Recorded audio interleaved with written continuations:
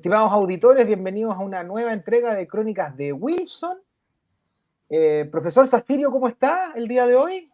Más o menos no, porque la alergia y sus coletazos me tienen mal desde el día lunes. Pero aquí estamos sacrificándonos por la esfera pública de la patria.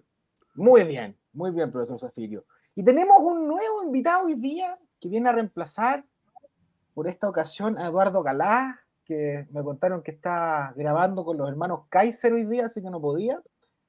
No, eso es broma por si acaso. A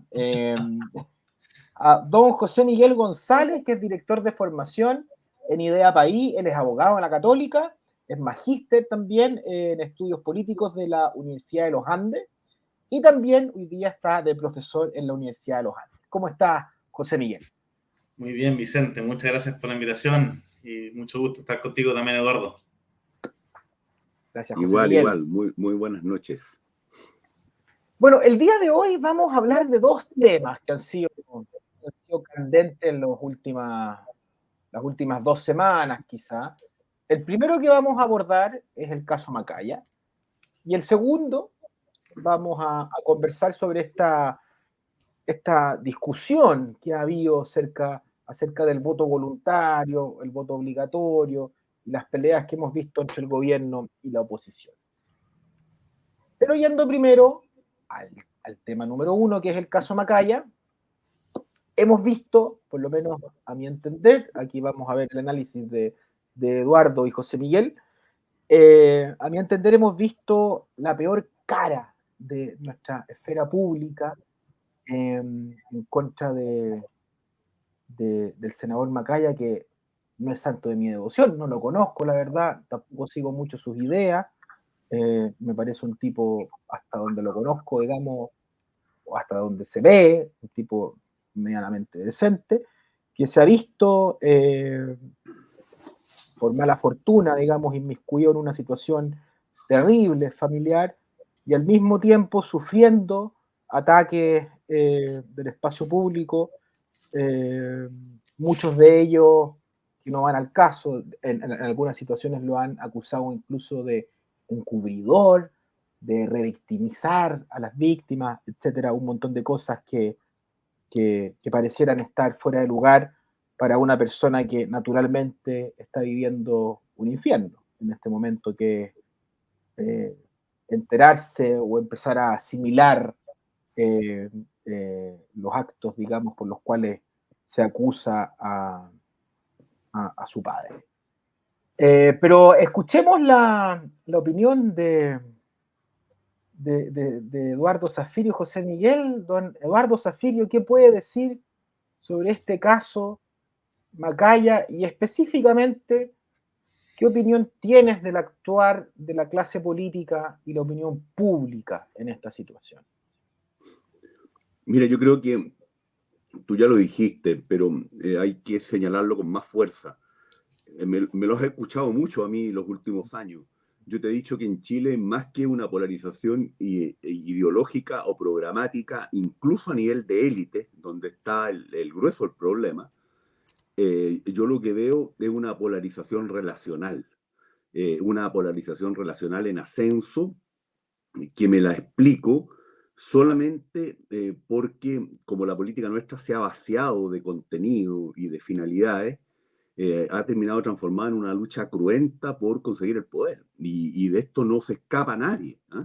La derecha ha mostrado también la misma fea cara que hoy día le vemos a los que están gobernando, tanto para hacer oposición.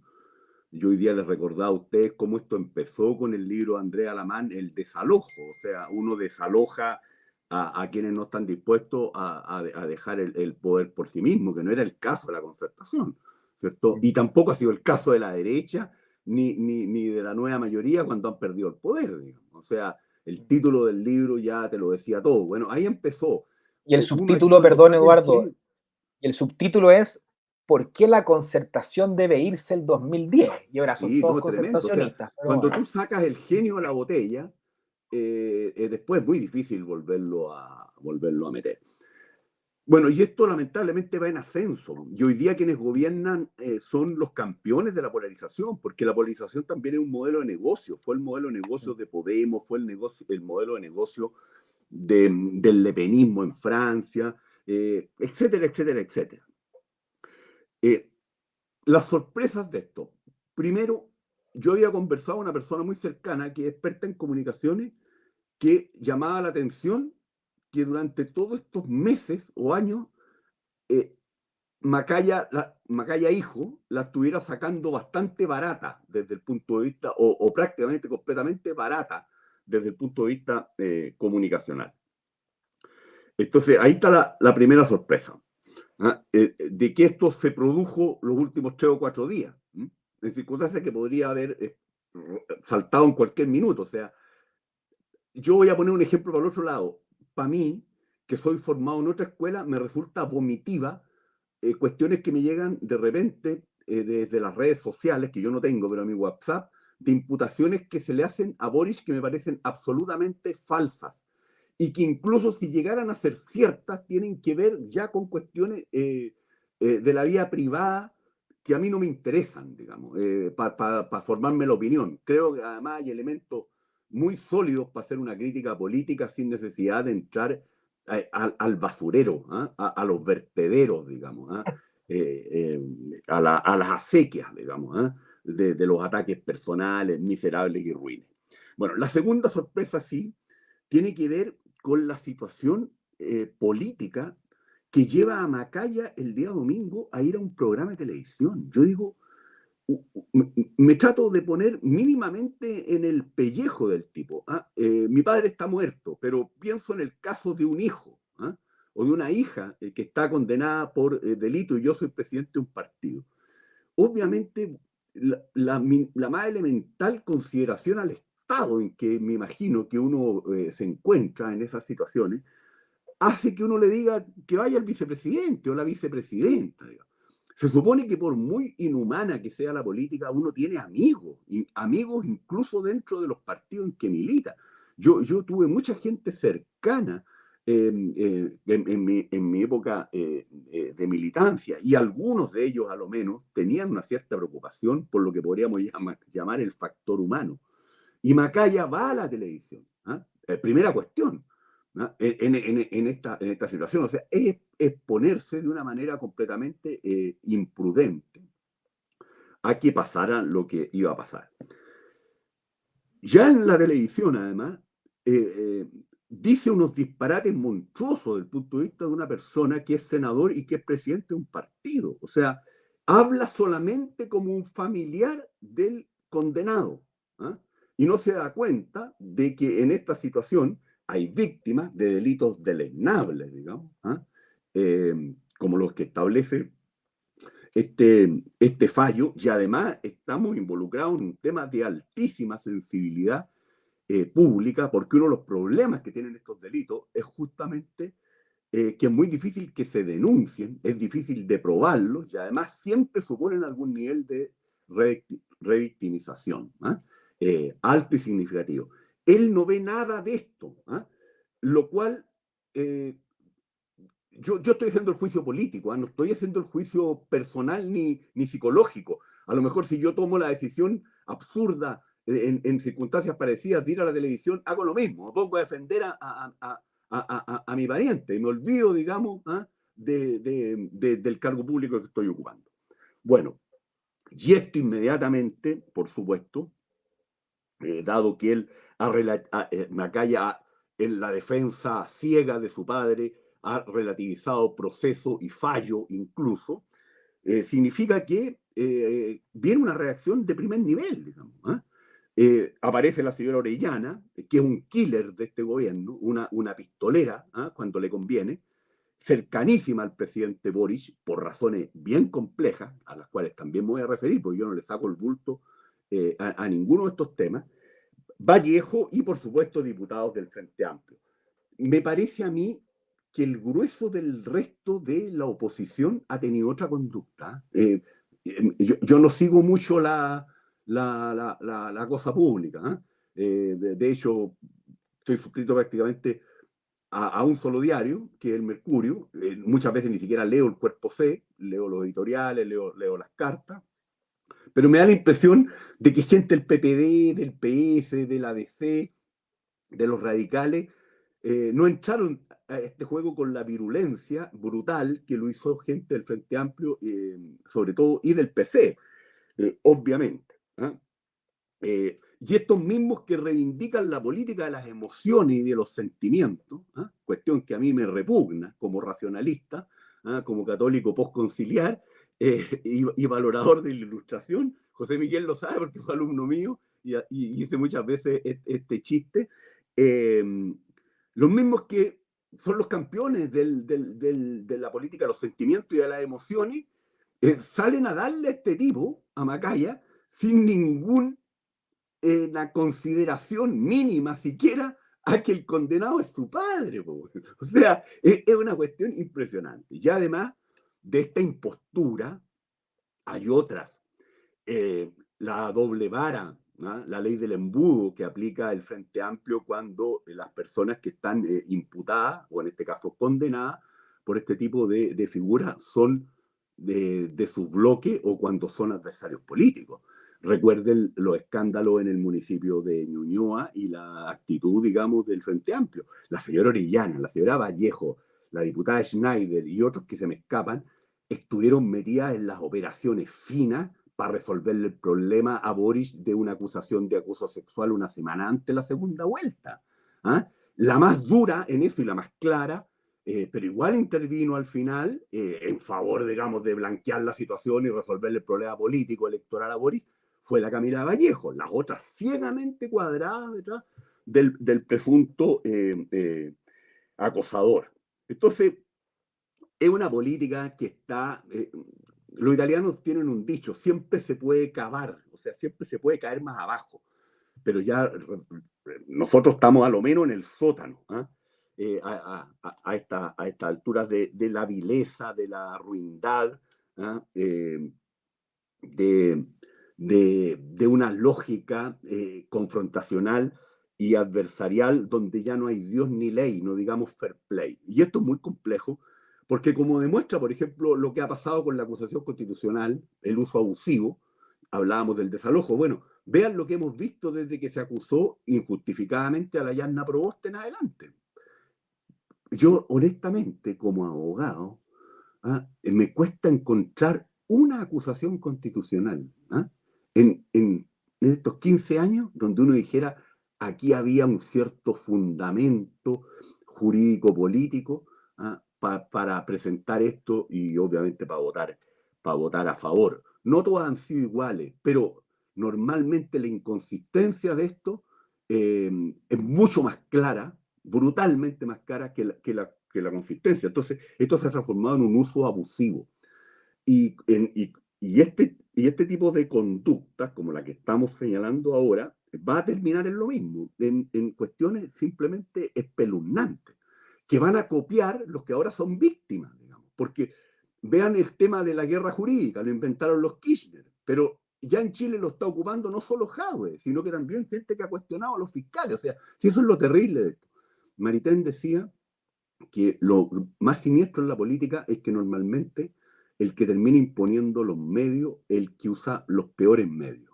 O sea, el riesgo de la escalada, de entrar en un proceso ascendente. Bueno, ¿qué pasa luego de esto? De las declaraciones de Macaya, de las declaraciones brutalmente equívocas, erradas de Macaya, como ya dije. Obviamente lo dejan caer. Lo dejan caer porque hay elecciones. Lo deja caer la Marcela Cubillo, que es un poder fáctico que hay que mirarlo dentro de la derecha, porque cada vez con más fuerza. Y no se dé a los votos, ni a gestiones brillantes. Yo creo que son otros los factores que están detrás. Y yo creo que a Macaya le cobró cuenta, porque Macaya, dentro de la UDI, dentro de la derecha, es un tipo que aparece como más reflexivo, como más dispuesto a los acuerdos, incluso ingenuamente confiada en una presunta amistad con el presidente Boris, que 2 veces le han pegado unas puñaladas brutales, la primera con los indultos, en enero del año 2023 y ahora, pues, porque que salga la plana mayor del gobierno, incluyendo las ministras de confianza y los diputados del Frente Amplio y del Partido Comunista, a darle este trato donde no hay ni siquiera una mínima consideración a que el delincuente es el padre de este caballero, demuestra que la amistad de Boris, por Dios, que es compleja. Y luego también la Evelyn Matei, que es muy clara diciendo algo que nadie puede dejar de compartir, de que aquí hay que estar en el lado de las víctimas, digamos, y que hay que darse cuenta de todas las complejidades que esto tiene. Pero finalmente es una quitada de piso brutal y Macaya hace lo que debía haber hecho después de haber ido a ese programa y hacer estas declaraciones, que es simplemente renunciar a la presidencia de su padre, pero tiene un cierto gesto adicional donde reconoce, y esto no es fácil, de que se ha equivocado en sus declaraciones, enceguecido por lo que es la situación personal de su padre, cuestión comprensible, pero que aquí hay víctimas, digamos. Y eso también hay que decirlo. Ahora, efecto neto de todo esto, en mi opinión, bueno, se fue Macaya, que era un cierto rostro necesario en la política chilena, diría yo, tan confrontacional, tan polarizada, y sobre todo necesario para un gobierno que es minoría y que se le van a hundir todas sus reformas constitucionales después de esto, y de lo que vamos a conversar, sus reformas políticas y económicas después de esto, y de lo que vamos a conversar a continuación. ¿Y quién lo reemplaza? Lo reemplaza un duro. Ramírez es un duro, no es Macaya. Probablemente tienen buenas relaciones, pero los que algo hemos seguido lo que son las actuaciones de Ramírez, tenemos completa claridad de que está en una postura muchísimo más dura frente al gobierno. Ya salió a plantear la necesidad del diálogo con los republicanos, como una medida icónica, digamos, en sus declaraciones. Y además, en términos personales, tiene una cosa que para mí es súper compleja. A mí Macaya me parecía un tipo que tenía una relativa independencia del poder económico de los grupos económicos. Cuestión que en el caso de la derecha siempre me parece meritorio, y más en el caso de la UDI. Ramírez me parece a mí un tipo que está en el riñón de la confianza de los grupos económicos. O sea, se dieron el gusto de durante 3 o 4 días basurear de manera ruin a Macaya sin ninguna consideración a la situación de parentesco que tiene con el delincuente, del cual es nada menos su hijo. No lograron zafar de una agenda que es muy mala, como veremos. O sea, desde el punto de vista del efecto comunicacional, creo que esto no les puso nada, salvo darse esos gustitos onanistas en las redes sociales, digamos, pero ahí hay una minoría, digamos, de ciudadanos, no va a tener, y esa gente tiene todo, ya decidido su voto, sí. Pero el resultado neto es que se fue Macaya a la dirección de la UDI y ahora tienen a Ramírez. Estrategia genial del viejo, como el chiste de Perón, pues, con don Vicente, que le he contado tantas veces. Así es. Muchas gracias, Eduardo Zafirio. Y bueno, yo comentaba también en un chat que tengo con Eduardo que me llamaba la atención, sobre todo en la UDI, cómo no hay una mínima camaradería partido donde haya alguien que le diga a Macaya, oye, compadre, vaya a tomarse vacaciones un ratito, 2 semanas al sur, no sé, o sea, no, ¿cómo lo dejan ir a la entrevista? Eso me llama mucho la atención de personas que son compañeros de trabajo y en algunos casos uno espera que también exista cierta amistad. Pero bueno, así es la cosa. Don José Miguel, ¿qué nos puede contar usted al respecto? Bueno, suscribir el grueso de las cosas que ha dicho Eduardo acá. Yo voy a partir por quizás las cosas más básicas que por obvias no se dicen, ¿no es cierto? Aquí todos estamos de acuerdo en que es terrible lo que se dice en esa sentencia y habiendo condena ya de por medio, ¿no es cierto? Todavía faltan los recursos de nulidad que entiendo que estaban por deducirse o ya se presentaron. Y por lo tanto habrá que ver cómo termina todo esto en definitiva, ya sea en la Corte de Apelación o en la Corte Suprema, pero lo cierto es que no estamos aquí saltándonos a la presunción de inocencia, sino que hubo un juicio de por medio, y eso le da un especial grado de gravedad a este asunto, ¿no es cierto? Todas las cosas con menores merecen el máximo oprobio, ¿no es cierto? Y eso ya se ha dicho a la pasada, pero quiero partir por reconocerlo y decirlo. Dicho eso, es muy interesante todo el debate que se ha generado y aquí también se ha tocado sobre los límites de la política, ¿no es cierto? Y también suscribo que aquí yo creo que se ha visto, estamos lamentablemente ya estamos acostumbrándonos a decirlo, pero parece que estamos viendo mucho la peor cara a la política, pero aquí sin duda que eso pasa, ¿no es cierto? Yo quisiera destacar una cosa que creo que vale para criticar tanto a Macaya y el error que comete al ir a este programa y meterse como se metió en el tema además, pero también vale para criticar la crítica, digamos, exagerada y ya el linchamiento prácticamente. No sé si han visto videos, por ejemplo, de las manifestaciones que hubo en el Congreso, que hubo en la que hablaban de el violador eres tú, ¿no es cierto? Estamos viendo como un mini momento de resurgimiento octubrista, ¿no es cierto? Se sacan un poco la máscara que quizás a ratos podrían haber guardado y vemos esa cara que no tiene miramiento frente al que tiene enfrente, como ha dicho Eduardo, como han dicho ustedes, que se sube a un pedestal moral para linchar al que está al frente y que apunta con el dedo, ¿no es cierto? Y aquí le fueron a gritar a Macaya fuera del Congreso gritándole el violador eres tú, digamos, o sea, sin miramiento a que sea su padre, a que él no tiene, digamos, bueno, lo mínimo que le dicen es encubridor. Entonces, yo quisiera criticar porque hay algo que yo creo que Macaya, como dices tú, es raro que no le haya dicho nadie. Yo sumo aparte de sus amigos la UDI asesores comunicacionales, alguien tan expuesto, porque ha sido uno de los principales negociadores de la derecha, el timonel de la UDI, con un estilo que lo ha caracterizado, de diálogo, etcétera. ¿Cómo nadie le dijo lo siguiente? Que es que en comunicación de crisis, y el vaya que estaba en una crisis, tú tienes que intentar cerrar los flancos al máximo, ¿cierto? O sea, no abrir nuevas ventanas, no hacer ruido, no tocar cuestiones que puedas abstenerte de tocar, y él hace todo lo contrario, ¿no es cierto? Va a la palestra pública. Entonces, segundo aspecto de este error es que las comunicaciones están jodidas hace tiempo, ¿no es cierto? O sea, el ambiente crispado, polarizado, detestable, lo basal en el que estamos metidos como debate público y esfera pública es algo que todos conocemos, ¿no es cierto? Entonces, ¿para qué decir las redes sociales? Yo estuve revisando antes de entrar acá Twitter, por ejemplo, que siempre es como la peor versión de estas cosas.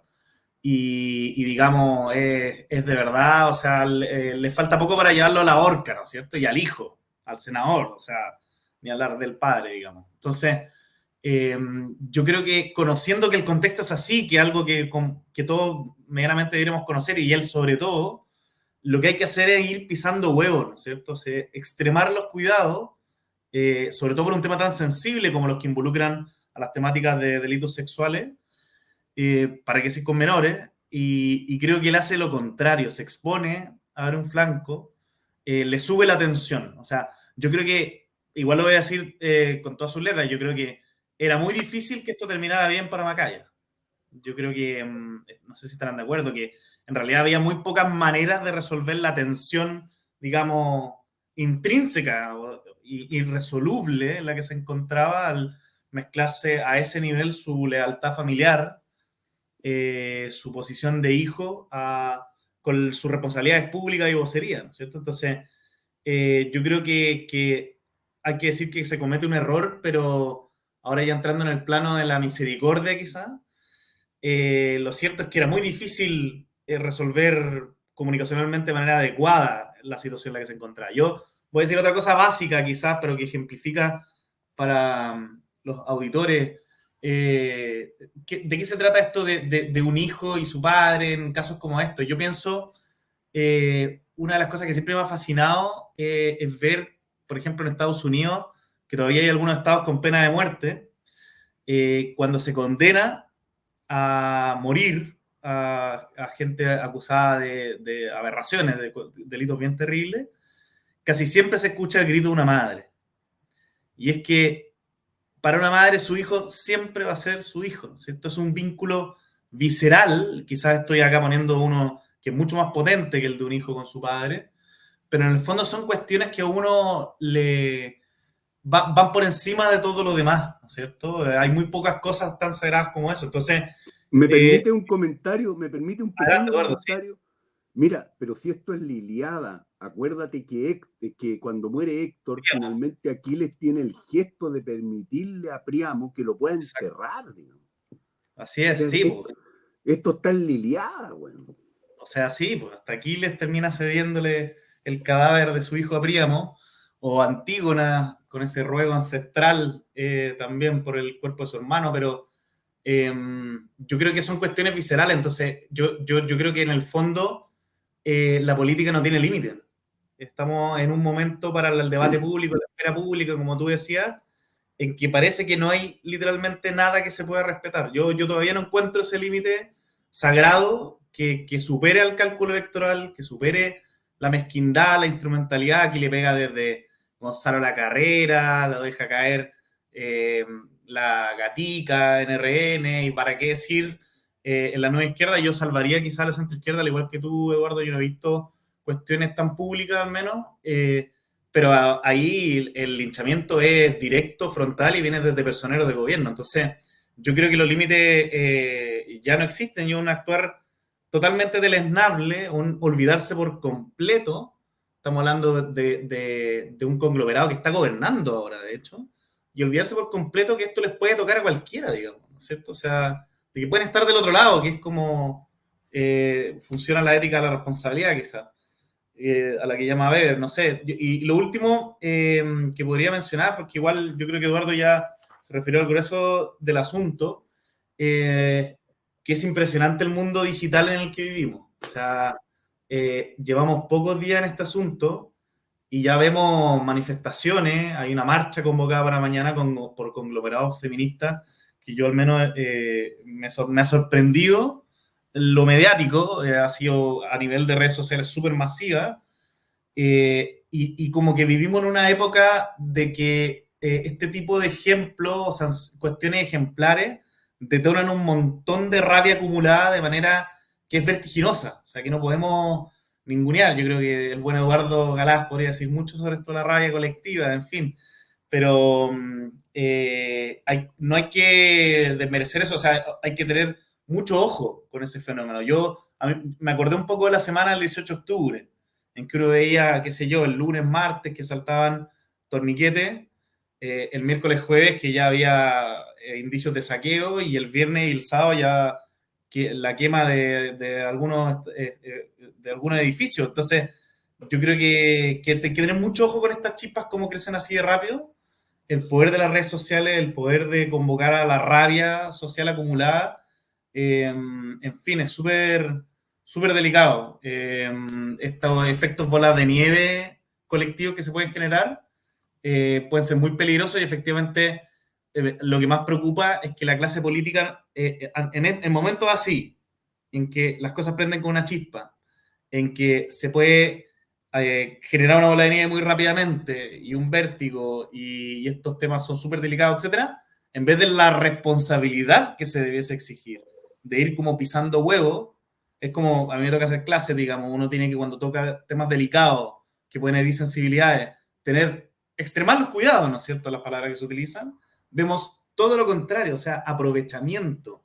Es decir, echar benzina al fuego, y eso yo creo que nos tiene en un círculo vicioso, como decía Eduardo, del que es muy difícil salir, y yo creo que esto es para la clase política transversal, digamos, los dos polos contribuyen y se aprovechan y usufructúan de esta polarización, un negocio de la polémica, te posiciona, y ahí hay un rol de los medios, digamos, que también tenemos que recriminar. O sea, aquí los medios están acostumbrados a usufructuar de esta polémica, y yo creo que al final están todos los incentivos puestos para que las cosas funcionen de esta manera, y yo veo poco optimismo sobre cómo romper esa maquinaria. Así es, y yo quisiera agregar dos cositas más, José Miguel, sobre todo con el tema que dijiste de echar benzina al fuego.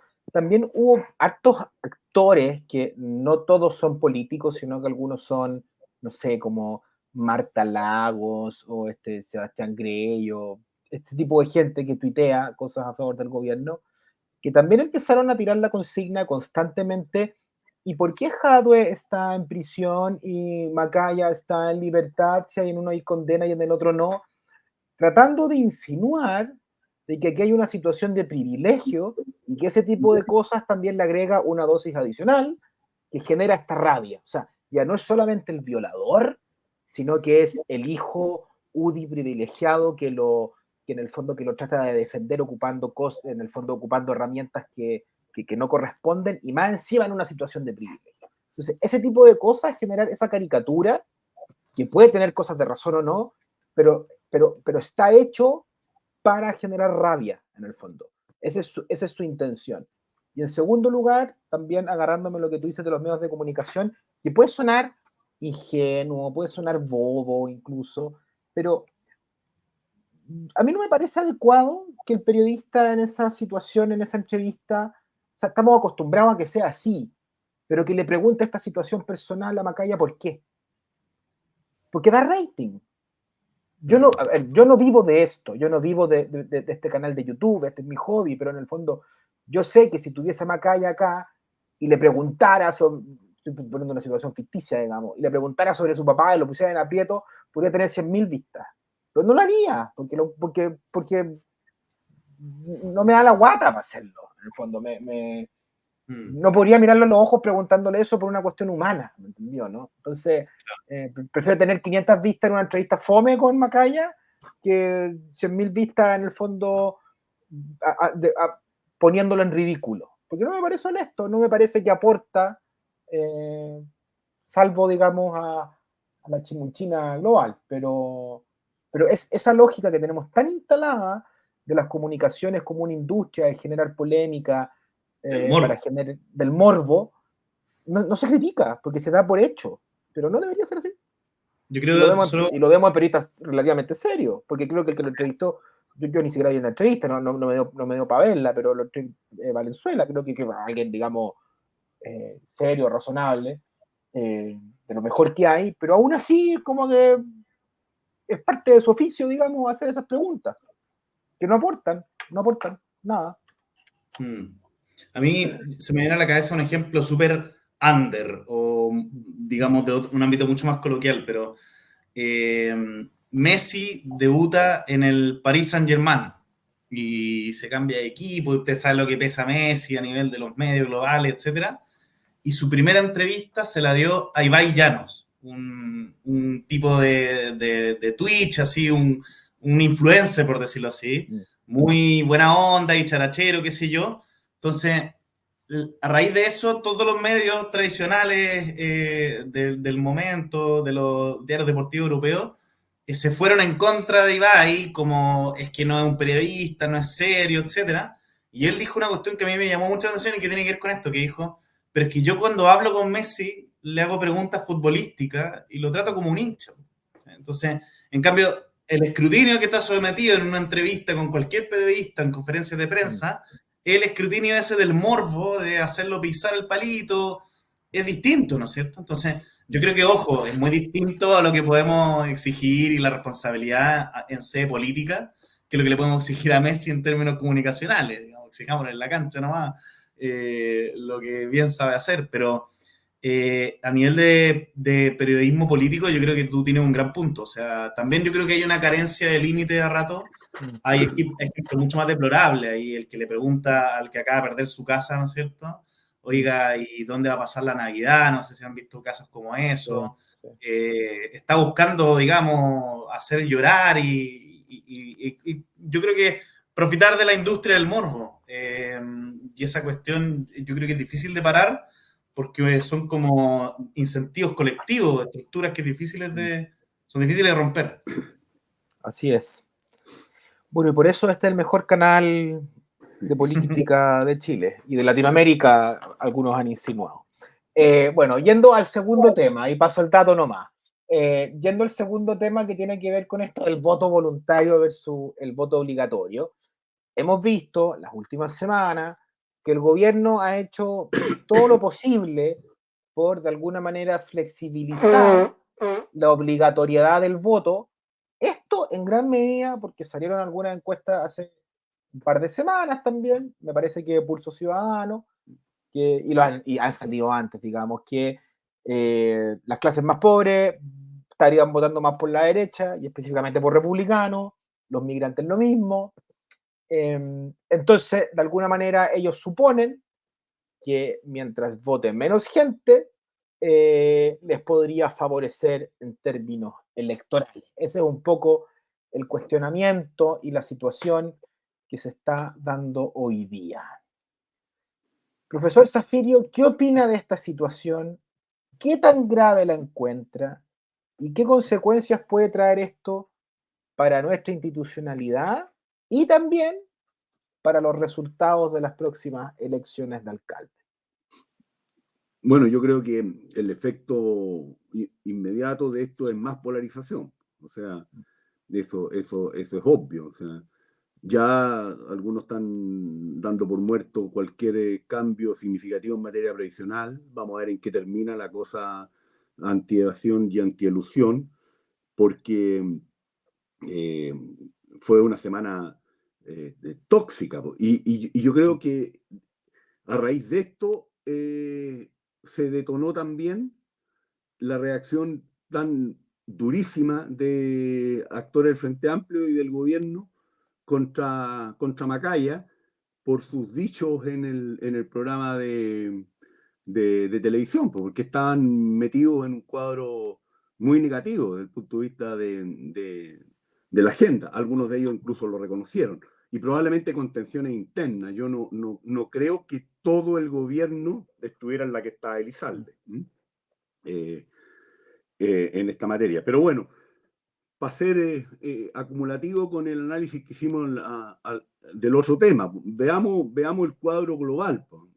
Partimos diciendo, a raíz del hecho puntual, de que esta era una demostración más de lo tóxico que podía ser el ambiente político nuestro.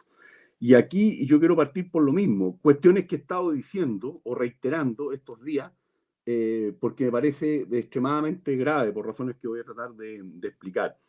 Mira, una de las maneras de erosionar el Estado de Derecho y la democracia es dejar de considerar el telos de las instituciones. Y en Chile esto lo estamos haciendo reiteradamente. Y los actores fundamentales de esto son altos poderes públicos, en este caso el Ejecutivo y el Congreso. Voy a poner 3 ejemplos además de este último caso. Aquí en Chile se empezó a hablar hace 5 o 6 años atrás como si nada de parlamentarismo de facto, o sea, de hecho, no de derecho, para que estemos claros. O sea, cambiar nada menos que el tipo de gobierno presidencial, no por la vía que se hace en las sociedades democráticas y por los políticos decentes, que es a través de las reformas constitucionales y legales que corresponden, sino que de facto, de hecho, apoyado muchas veces en la calle y en la violencia. Parlamentarismo de facto. Y se dice y no pasa nada. Después se miente descaradamente, diciendo que se va a vulnerar la iniciativa exclusiva del presidente de la República en materia de retiros previsionales, nada menos, por una sola vez. Creo que ya vamos ahora con este retiro que está en curso en el 8º intento de retiro, y 3 de ellos han sido exitosos. Y se sigue, a pesar de que todo el mundo ya debiera tener claro de que este es un factor inflacionario y que está detrás de algunos de los problemas que hemos vivido los últimos 2 años y medio, y con una inflación desanclada hasta el año 2026, hoy día. Después de eso, se hace un uso abusivo, reiterado, en decenas de acusaciones constitucionales. Se partió con la Yarna Proboste, pero entre medio, esto fue ya la chacota en el gobierno de Piñera, donde además al presidente lo acusaron 2 veces. Y destituyeron a Chadwick y trataron y acusaron a Piñera, digamos, de crímenes de lesa humanidad. Entonces, la acusación constitucional es jurídico-política, pero resulta que cuando prospera tiene una sanción, tiene una pena, una privación de derechos, son 5 años, fuera de de cualquier cargo público. Entonces, es obvio que con esa sanción el elemento jurídico político para cualquier persona medianamente decente se desbalancea hacia lo jurídico. O sea, no es que tengamos que mirar igualitariamente lo jurídico con lo político. O sea, si hay una pena, eso se desbalancea completamente hacia lo jurídico, porque no hay nada más atroz que condenar a un inocente. Y sin embargo, eso no existe. Y la explicación es, no, es que esto es política. Es política con privación de derechos, digamos. Pero una cosa impresionante. Además, siempre las acusaciones constitucionales han tenido un elemento jurídico. Por eso tienen causales y son estrictas. Esto no es una chacota. No se puede acusar a un ministro porque pasó con luz roja, digamos, en una calle y vulneró la ley del tránsito. Y ahora tenemos el cuarto ejemplo de que el telos de las instituciones, el sentido de las normas, en un lenguaje más de derecho privado, digamos, no se tiene a la vista, porque por la vía de dejar sin efecto las sanciones para el voto obligatorio, tú lo transformas de facto, en voluntario. Y todo esto es insincero, es mentiroso. Creen que van a engañar detrás del objetivo que hay. O sea, ¿qué se buscaba con esto? Era obvio lo que se buscaba. Hagamos un poco de historia. En Chile, del año 62 en adelante, fuera de todos los trámites que requerían que tú acreditaras que habías votado, si estabas inscrito en los registros electorales, había pena de presidio. Los militares cambiaron la pena de presidio. ¿Y por qué? Porque era un secreto a voces que la dictadura quería que en el plebiscito del 88 votara la menor cantidad de gente posible. Era un secreto a voces, y por eso que, pudiéndose, optaron por el trámite del registro manual y no automático. Y pusieron multa, y las graduaron entre lo que hoy día serían 33.000 pesos y 200.000 pesos. Y los juzgados resolvían.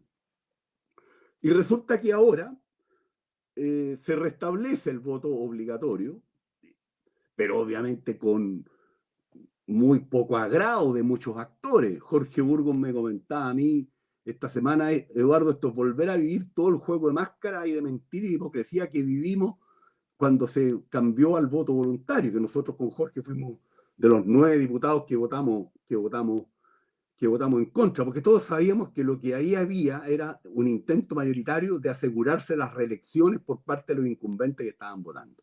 Porque si tú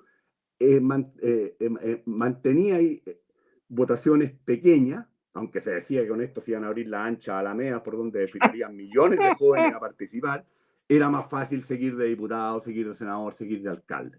Y se hacían unos discursos donde se citaba a los clásicos del liberalismo, de John Locke en adelante, cuando lo que había era una cosa miserable, decir, ojalá que vote la menor cantidad de gente posible, porque con eso más posibilidades tengo yo como incumbente de seguir en el cargo. Entonces inventan todo este cuento, incluso con chapucería jurídica impresionante en el veto, que llevan una especie de película de los tres chiflados, al final, pero lo que se busca es lo que han dicho todos. Se busca que vote la menor cantidad de gente posible, porque los resultados de los plebiscitos demostraron que el voto del obligado, entre comillas, no es igual que el del voto voluntario. Con voto voluntario, probablemente el resultado del septiembre del año 22 no habría sido 62-38, habría sido un resultado mucho más estrecho. El resultado que obtuvieron los republicanos y la derecha en la segunda convención no habría sido igual. Y ellos tienen este cálculo, porque lo dijeron. O sea, Vintes trató de hacer una defensa boba y estúpida una vez más, de una cuestión de principio, de que el voto voluntario y que los pobres, además era una cosa paternalista horrorosa. Pero al final no solo decían que esto perjudicaba al Frente Amplio, sobre todo, sino que además le mandaban el recado a Chile Vamos en una cosa mafiosa. oye, pero con esto le van a ayudar a los republicanos. O sea, ya esto era los Tataglia con los Corleones, digamos, negociando en la costa oeste. Y nadie se engaña, los analistas lo han dicho todo y la gente se da cuenta. La gente se da cuenta que lo que se busca es desincentivar. Ahora, yo creo que esto va a ser otro boomerang. ¿Por qué? Porque ya están provocando movimientos de unidad de la oposición. O sea, a Poduje le despejaron la cancha en Viña, cuestión que eran hecho hace 3 meses, pero la terminaron haciendo justamente en medio de este cuadro, porque obviamente este intento doloso de cambiar las reglas del juego a 90 días de una elección le pone los pelos de punta, digamos, al conjunto de la oposición, dado el continente en que además estamos metidos, ¿no? En segundo lugar, yo creo que va a ser un elemento altamente movilizador para la derecha. O sea, a la derecha le regalaron un elemento súper potente, no solo para provocar mayores niveles de unidad de los que tienen a nivel municipal y a nivel de gobernaciones, sino que para movilizar el voto, decirle, en esto están. Y esto va a ser un plebiscito contra Boris, de todas maneras, dado que se involucró el genio de este cuento de Elizalde, un campeón de la cosa chica, según han denunciado los propios socialistas, digamos, o ex socialistas, en columnas incluso. Lean lo que escribió Álvaro Briones en el Líbero el domingo, antes de este triste espectáculo. Entonces, al final, con esto, polarizan, dejan la impresión una vez más de que solo los mueve el poder, de que son unos nihilistas que están dispuestos a olvidar cualquier cosa de las que dijeron en la medida que puedan seguir en el poder, que están dispuestos incluso ya no solo a la mentira y a la impostura, sino que a seguir abusando de las instituciones, aunque eso sea un daño enorme desde el punto de vista del Estado de Derecho y de la convivencia democrática y de las relaciones entre los actores, y solamente ayudaron a provocar mayor unidad en una oposición bastante dividida. Le regalaron un elemento potente para movilizar a las urnas, al derechista más blando o más dudoso, dado el espectáculo de varias semanas, además, donde quedó claro que lo que buscan es que la gente no vote, y que lo buscan porque eso los favorece, en el cálculo más mezquino, más pequeño. Dado que esto fue una maniobra del gobierno, a través de ministros que siguen defendiendo, además con argumentos absurdos, la Carola toda dice, pero si los tribunales aplican 33.000 pesos, ¿cuál es el problema? Entonces, si los tribunales aplican 33.000 pesos de multa, ¿para qué cambiamos la norma? O sea, la interpretación que hay que hacer es exactamente la contraria. O sea, era una ley antipobre porque castigaban con 200.000 pesos y resulta que ahora dicen que se quedó la cifra que en la práctica era la que se aplicaba. Entonces, es todo absurdo, todo incoherente, todo contradictorio. Y por lo tanto van a tener un plebiscito contra Boris, que es el peor escenario, seamos claros. O sea, el gobierno está en un 25%. O sea, la verdad, Cadem puede hacer lo que quiera, pero supongo que usted, don Vicente, estará igual de escéptico que yo sobre las cifras de Cadem, después de que el día antes nos dijeron que había empate técnico entre el apruebo y el rechazo. O sea, Cadem no hay que creerle nada. Nada. Señor Isakson, cambia los números. Bueno, no digo nada, porque tengo información. Bueno, ahí tenéis, pues el escenario de la encuesta es 60-65 que rechaza contra un 25-26 que aprueba. O sea, si es un plebiscito, es obvio que el resultado puede ser mucho peor que si se juzgaran solamente las alternativas municipales en su mérito para el gobierno. Así es. Muchas gracias, profesor Zafirio. Don José Miguel, ¿qué nos dice al respecto? Poco que agregar a la gran exposición de Eduardo, pero yo solo recalcaría lo mal hecho de todo esto, porque, a ver, estuve viendo algunas cifras, hay como un 13% de sistemas democráticos en el mundo que tienen voto obligatorio, efectivamente, de por sí ya una rareza. A mí me hace mucho sentido el voto obligatorio por varios motivos, pero yo creo que hay motivos para discutirlo, sin lugar a dudas. Y después podemos discutir por qué mecanismo concretizar ese sistema de voto obligatorio, ¿no es cierto? Y podemos discutir después si es que vamos a utilizar multa, qué monto de multa, ¿no es cierto?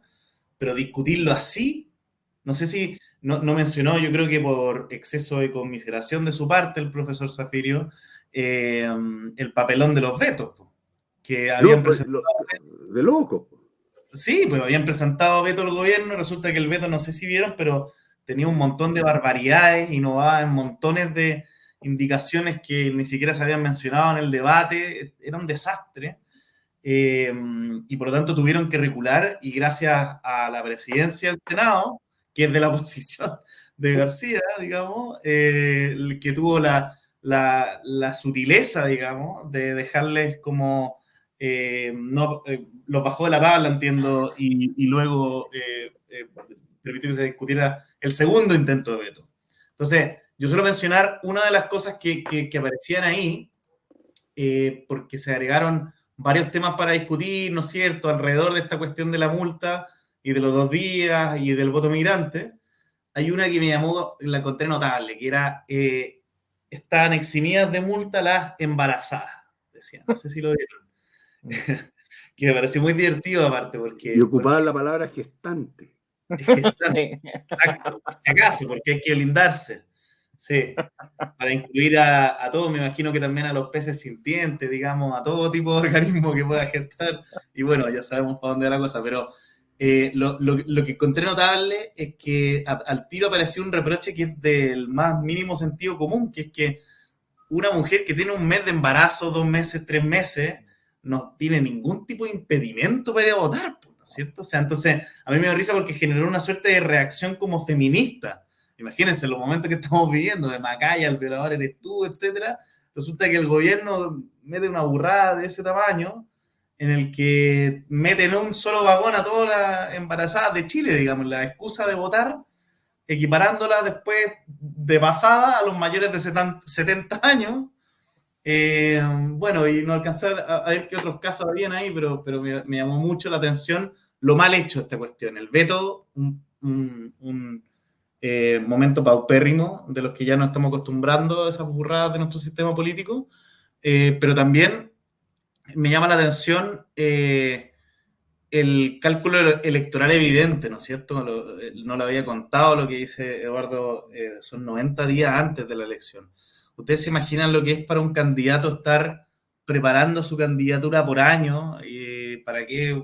Para poner a los pobres candidatos de repente en la esfera pública. Yo tengo un amigo, Agustín Iglesias, que va candidato a alcalde de la Independencia. El pobre tiene que empezar a replantearse un montón de cosas y bueno... ya no le habla a las embarazadas no las pesca. En las claro. Ya está, hay que focalizarnos. Exacto. Entonces, es muy mal hecho, muy improvisado. Yo creo que estas cosas se pueden discutir y todo, pero bueno, derechamente vemos. Y aquí yo quería introducir otro factor, que es que efectivamente se nota el cálculo y yo creo que por algo muy sencillo. Yo hace tiempo me toca trabajar con jóvenes en Idea País y cuando son jóvenes que están metiéndose en política y todo, yo les digo, miren, aquí nosotros creemos las convicciones sustantivas, en los principios, pero ¿para qué les voy a mentir? Si usted quiere entender la política hoy por hoy, tiene que leer el interés político. Entonces, dime tu interés político y te diré quién eres, les digo yo. Entonces, aquí está claro que hay un interés político, que es que el voto obligatorio le ha significado la emergencia de un país que no conocen a muchos.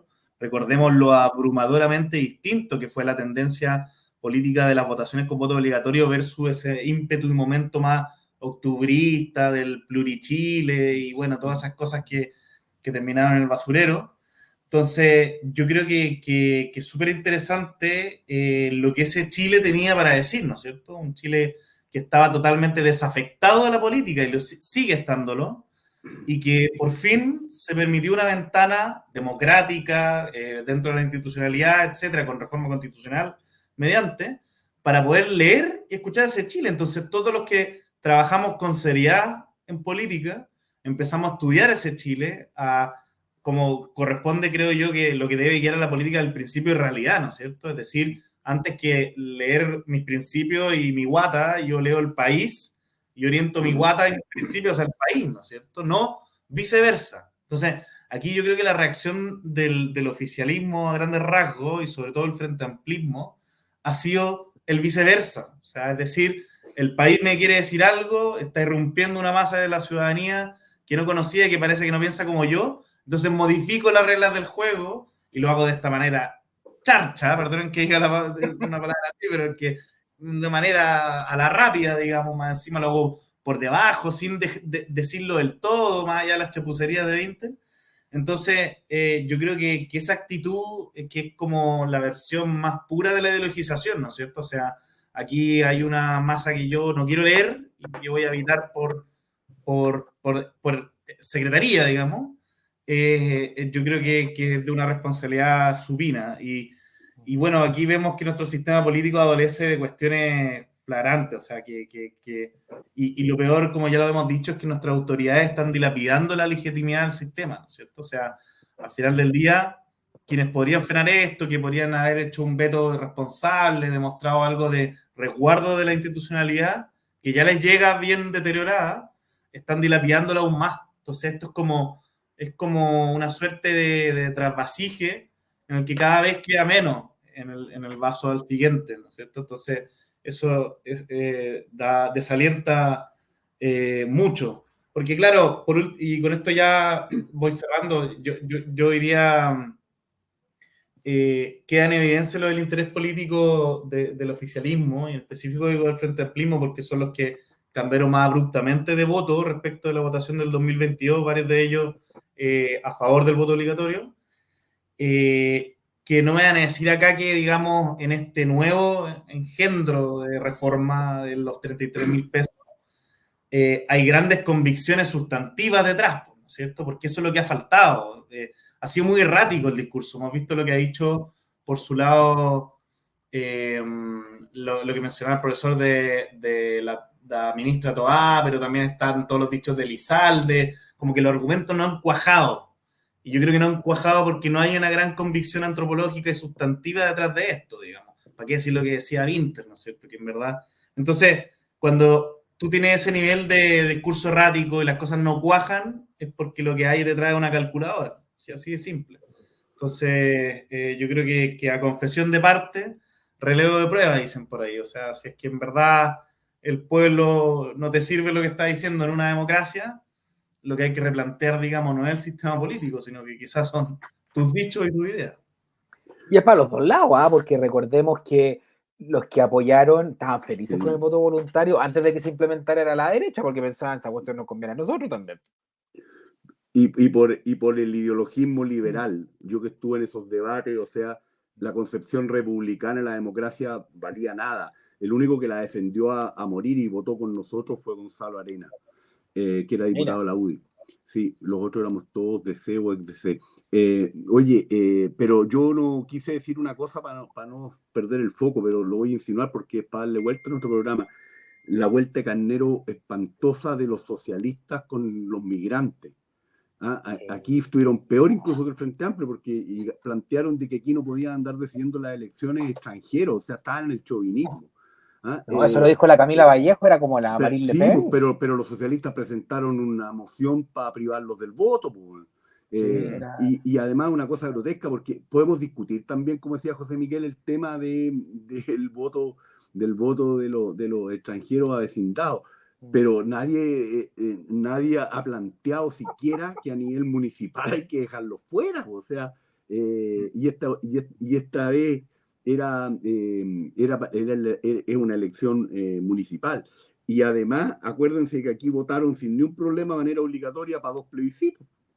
O sea, dejémoslo como nota al pie de página, pero aquí si los socialistas en la cosa de Macaya estuvieron bastante mejor, digamos, porque no se sumaron al linchamiento público, en esto estuvieron peor, porque fueron más lejos que los tipos, digamos, ya que o sea, están en el chauvinismo. La señora Le Pen habría pasado y le habría dicho racista. Orban. No, se pasaron. Así que se dieron cuenta pues, que los venezolanos eran de derecha la mayoría, pues, Pero si evidentemente. vienen arrancando una dictadura horrorosa, son 8 millones, weón, que van a Obvio. votar por Winter, weón. ¿Ah? O por el PC, weón. Claro. Así es. Así que bueno, veamos qué pasa. Po. Oigan, Eduardo, José Miguel, muchas gracias por el programa de hoy. Estamos grabando el día jueves. ¿Jueves cuánto estamos? 25, ¿no? 26. 25 de julio. Jueves 25 de julio, por si acaso. ¿Ya? Así que esto va a salir el 27. Ya. Esto, señores. Recuerden suscribirse, comentar, compartir el video. Si quieren, insúltennos, díganos fomes, lateros, pero coméntenlo. Y coméntenlo públicamente, no lo comenten ahí por WhatsApp. Así que todo eso ayuda para las vistas. No Así entres que, al morbo de los medios de comunicación social. No te sumes. es verdad. No te sumes. Después del discurso que di, ahora ando viendo likes. Tienes toda la razón, Claro. Eduardo. La codicia del rey. La codicia. Sí. Escribe y deshace con el codo. Así es. Está ahí como los Ya. socialistas con el voto migrante. Así es. Ya, oigan, que les vaya muy bien. Un abrazo muy grande. Buenas noches. Igual para ustedes. Un